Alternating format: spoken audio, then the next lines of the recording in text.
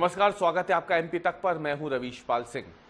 MP तक की इस खास पेशकश एमपी फाइल्स में आज हम बात करने वाले हैं मध्य प्रदेश भारतीय जनता पार्टी के प्रदेश अध्यक्ष हेमंत खंडेलवाल के उन तेवरों के बारे में जो वो लगातार प्रदेश अध्यक्ष बनने के बाद से सामने रख रहे हैं। सार्वजनिक रूप से हेमंत खंडेलवाल अब पार्टी की एक लाइन को सही तरीके से बराबर सब कार्यकर्ताओं में भाव आए उसे लेकर के लगातार आगे बढ़ रहे हैं। अनुशासन पर खास ध्यान है नए प्रदेश अध्यक्ष हेमंत खंडेलवाल का। पहली बार ऐसा हुआ है कि जिला अध्यक्षों को एक साथ बुला करके बैठक हुई हो, उस बैठक में कई नए सूत्र उन्हें दिए गए।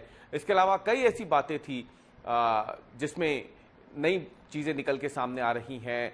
कैसे जो जिलाध्यक्ष हैं वो पार्टी के जितने भी कार्यक्रम होते हैं उसमें पुराने पदाधिकारियों का भी ध्यान रखें, इसके साथ ही नेताओं को ससम्मान कार्यक्रमों में निमंत्रण दें। ऐसी तमाम चीजें जो भाजपा में हमेशा से एक अनुशासित पार्टी के रूप में देखी जाती रही है, ये बातें पिछले कुछ समय से भले ही गौड़ हो गई हो, लेकिन अब प्रदेश अध्यक्ष हेमंत खंडेलवाल फिर से उसी परिपाटी पर पार्टी को ले जाना चाह रहे हैं। साथ ही में ऐसे लोगों पर सख्त कार्रवाई के भी संकेत उन्होंने दिए हैं जिनकी वजह से या जिनके परिवार की वजह से भारतीय जनता पार्टी की छवि धूमिल होती है। तो इन्हीं सब बातों पर आज हम चर्चा करने वाले हैं और हमारे साथ जुड़े हैं मध्य प्रदेश के बेहद ही वरिष्ठ पत्रकार नितेन शर्मा जी। नितेन जी, पिछली बार भी हम जुड़े थे, तब भी बात हुई थी कि हेमंत खंडेलवाल जो हैं वो कहीं ना कहीं थोड़ा सा एक अनुशासन पार्टी में जो पिछले कुछ समय से भटका हुआ सा दिख रहा था, एक बार फिर से उसे स्ट्रीमलाइन करने में जुट गए हैं। और पहला उनका जो भाषण था प्रदेश अध्यक्ष बनने के बाद, जो उन्होंने भरे मंच से कहा था कि दाएं बाएं करने वाले नेताओं को दिक्कत हो सकती है, जो मन से पार्टी का काम करेगा उसको तो फायदा ही होगा। लेकिन तब से लेके अब तक जब हम आज चर्चा कर रहे हैं, लगातार उनके तेवर जो हैं वो पार्टी में अनुशासन के लिए बेहद तल्ख दिख रहे हैं। देखिए, बड़ा क्लियर होता है, हर व्यक्ति की अपनी कार्यशैली होती है और जो स्टार्ट जिसे हम कहें कि हेमंत खंडेलवाल जी ने लिया है, उस स्टार्ट में ये दिखाई दे रहा है कि वो पार्टी को वापस पुराने ट्रैक पर लाने की कोशिश कर रहे हैं कि पार्टी में डिसिप्लिन रहे, नेताओं में डिसिप्लिन रहे, और जो नेता या उनके परिवार के लोगों ने यदि कहीं कोई गलती की है तो हम ये मान सकते हैं कि उनको भी बुलाकर एक समझाइश जो है वो दी जा रही है। तो जो उनका ट्रैक है, जैसे जिलाध्यक्षों को अभी तक क्या होता था, जैसे जिलाध्यक्ष आए या मंत्री आए बैठक में या जिलों के जो प्रभारी हैं वो आए, एक सेट कार्यक्रम बीजेपी की तरफ से कभी कभी उनको दे दिया जाता था कि आप ये कार्यक्रम कर लो, ये कार्यक्रम कर लो, ये कार्यक्रम कर लो। लेकिन आपकी काम करने का तरीका कैसा होना चाहिए, आपको जो है जो काम दिया गया है या आपको जिले में कैसे समन्वय करना है, ये बहुत सारी चीजें जो हैं वो अभी पिछले दिनों हम ये कहें कि जो बैठकें हुई हैं उसमें बताया गया है कि जिलाध्यक्ष को कैसे एक्ट करना है, प्रभारी मंत्री का क्या रोल होना चाहिए, जिले का जो प्रभारी है उसका क्या रोल होना चाहिए। तो ये स्वाभाविक रूप से जो भारतीय जनता पार्टी के संगठन के मूल में है वो हेमंत खंडेलवाल करने की कोशिश कर रहे हैं। लेकिन अब भाजपा का संगठन इतना बड़ा हो गया है कि हेमंत खंडेलवाल कितना कर पाएंगे, कितना अनुशासन ला पाएंगे, ये तो अभी मतलब जिसे कहें कि बहुत जल्दी है ये कहने की, वो अपनी तरफ से कोशिश कर रहे हैं, दिखाई दे रहा है। अच्छा, ऐसे पिछले कुछ समय में ऐसा लग रहा था नितिन जी की जैसे कोई कार्यक्रम हो तो एक सेट प्रोटोकॉल था भाजपा में कि अगर भोपाल में कोई कार्यक्रम है या फिर किसी बड़े शहर में कोई जिले में कोई कार्यक्रम है तो जिलाध्यक्ष की बाकायदा ये जिम्मेदारी होती थी कि वो उस जिले के जो बड़े नेता हैं भारतीय जनता पार्टी के या संगठन के जो पदाधिकारी हैं, भले ही वो पूर्व पदाधिकारी हों या पूर्व नेता मंत्री हों या जो भी हों, उन सबको साथ में लेके चले और हर उस कार्यक्रम में बाकायदा उसे आमंत्रित किया जाता था। भले ही वो कार्यक्रम पार्टी से जुड़ा हुआ हो या संगठन से जुड़ा हुआ कोई कार्यक्रम हो तो उसमें बुलाया जाता था ऐसे लोगों को। लेकिन पिछले कुछ समय से ऐसी लगातार शिकायतें आ रही थी भाजपा के ही नेताओं की तरफ से कि उन्हें उनके ही शहर में, उनके ही जिले में कार्यक्रम हो जाता है भाजपा के, लेकिन जानकारी नहीं मिल पाती है और ना ही प्रदेश जिलाध्यक्ष की तरफ से ना उन्हें सूचना दी जाती थी, ना उन्हें किसी तरीके का कोई निमंत्रण आता था। और इसी वजह से कई कार्यक्रमों में जो नेता होते थे, जो किसी जमाने में कद्दावर होते थे, लेकिन जिले से कार्यक्रमों से वो दूरी बना लेते थे। देखिए क्या होता है रवि जी, क्या भारतीय जनता पार्टी संगठन सरकार में है, जब भारतीय जनता पार्टी सरकार में है तो जिलाध्यक्ष को कोई धरना प्रदर्शन ये कार्यक्रम तो करना नहीं। जी बिल्कुल। जिलाध्यक्ष की क्या भूमिका होना चाहिए, जिलाध्यक्ष की भूमिका होना चाहिए जिले में समन्वय करने की और अपने पार्टी को मजबूत करने की। लेकिन हो क्या रहा था पिछले कुछ दिनों से कि जिलाध्यक्ष आपको ये तय है कि ये सरकार नहीं बोला होगा, लेकिन जिलाध्यक्ष आपको सारे कार्यक्रमों में, सरकारी कार्यक्रमों में भी आपको मंच पे दिखाई दे रहे होंगे। कहीं भी कार्यक्रम होगा उसमें जिलाध्यक्ष मंच पर दिखाई देते हैं। क्या ये जिलाध्यक्ष का काम है कि वो सरकारी कार्यक्रमों में मंच पर बैठे? क्या जिलाध्यक्ष भारतीय जनता पार्टी का सरकार का हिस्सा बन चुका है क्या?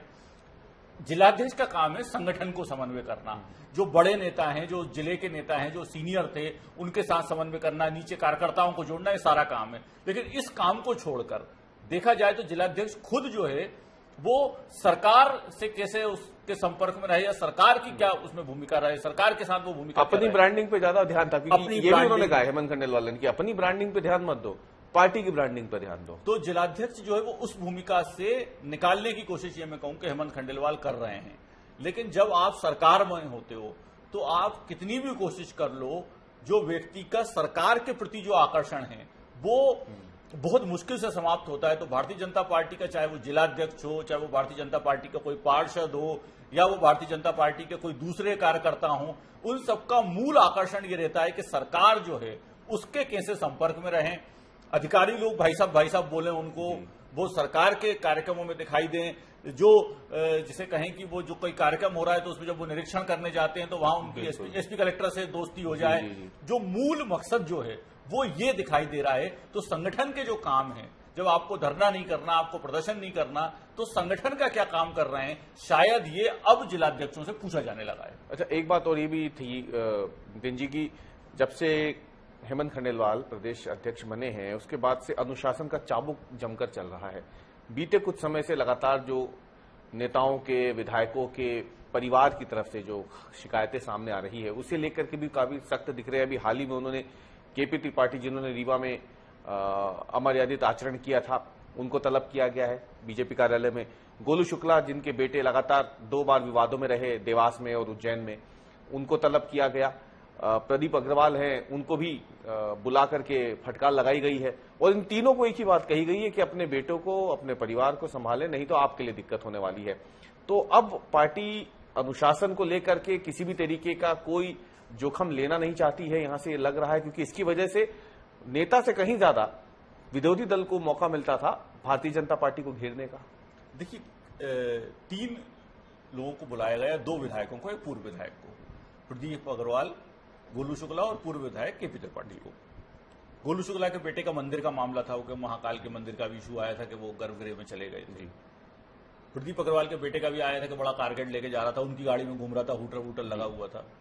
केपी त्रिपाठी का खुद का मामला था, जो उनकी जो है वो वहां पर एडिशनल एसपी के साथ या सीएसपी कौन थी, मैडम के साथ जो है बहस हो गई थी। दिक्कत यह है कि भारतीय जनता पार्टी नेताओं के बेटों को नियंत्रित करने के लिए नेताओं को बुला रही है जिनके बेटे उनके नियंत्रण में नहीं है। आज स्थिति बहुत चेंज हो गई है। भारतीय जनता पार्टी के अधिकांश या कई नेता या विधायक, जिनको कहूंगा, वो उनके बच्चों के नियंत्रण में हैं। वो क्या नियंत्रण करेंगे उन पे? क्षेत्र में उनके बच्चे प्रभावी हो गए हैं, उनके बच्चे ही सारा काम देख रहे हैं, कार्यकर्ताओं से भी मिल रहे हैं। एक तरीके से सारी चीजें विधायक की या मंत्री की उनके बच्चे संभाल रहे हैं। यदि हेमंत जी को देखना है तो एक बार मुझे लगता है जाके मंत्रियों के यहां भी देखना चाहिए कि कौन कौन से मंत्रियों के परिजन जो हैं वो उनके विभाग में इंटरफियर कर रहे हैं, कैसे जो है वो हस्तक्षेप कर रहे हैं, कैसे मंत्री का बेटा जो है वो विभाग के अधिकारियों के साथ बैठ के चर्चा कर रहा है। तो ये सारी चीजें देखना पड़ेगा, क्योंकि ये 2 विधायकों के मीडिया में छपा। देखिए ये सब हुआ क्यों? क्योंकि इसमें मीडिया ने छापा। जी बिल्कुल। चाहे गोलू शुक्ला के बेटे का मुद्दा हो, चाहे प्रदीप अग्रवाल के बेटे का मुद्दा हो, ये सारी चीज मीडिया में आई। जब मीडिया में आई तो उन्होंने बुलाकर जो है उनको डांट लगाई।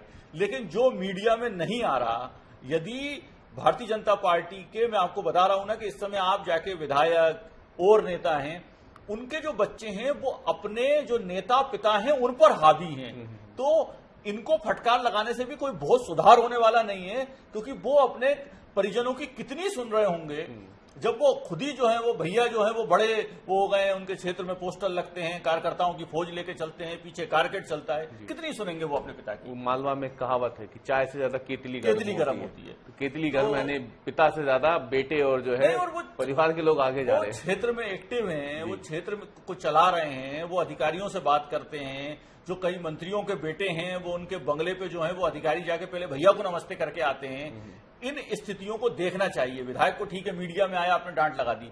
जो मीडिया में नहीं आ रहा, एक बार मंत्रिमंडल में झांक कर या एक बार विधायक में क्या स्थिति है वो देखना चाहिए ना।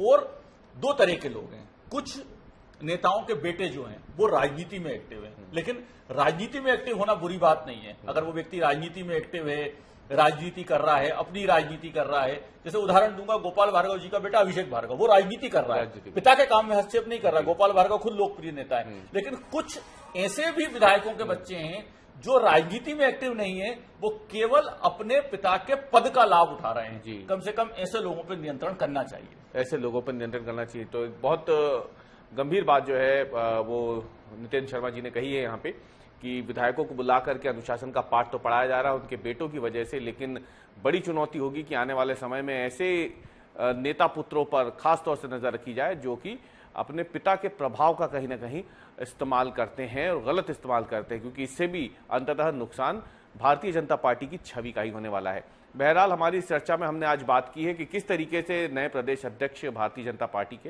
हेमंत खंडेलवाल पार्टी में एक बार फिर से अनुशासन को लेकर सख्त होते जा रहे हैं।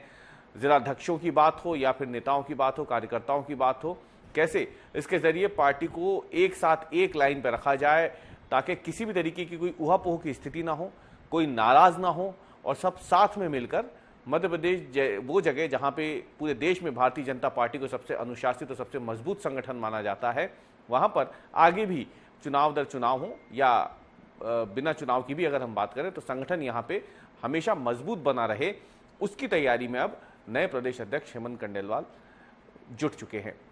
तो हमारे आज के एमपी फाइल्स के विश्लेषण में इतना ही। अगले हफ्ते हम फिर हाजिर होंगे एक नए मुद्दे और नए विश्लेषण के साथ। तब तक के लिए धन्यवाद।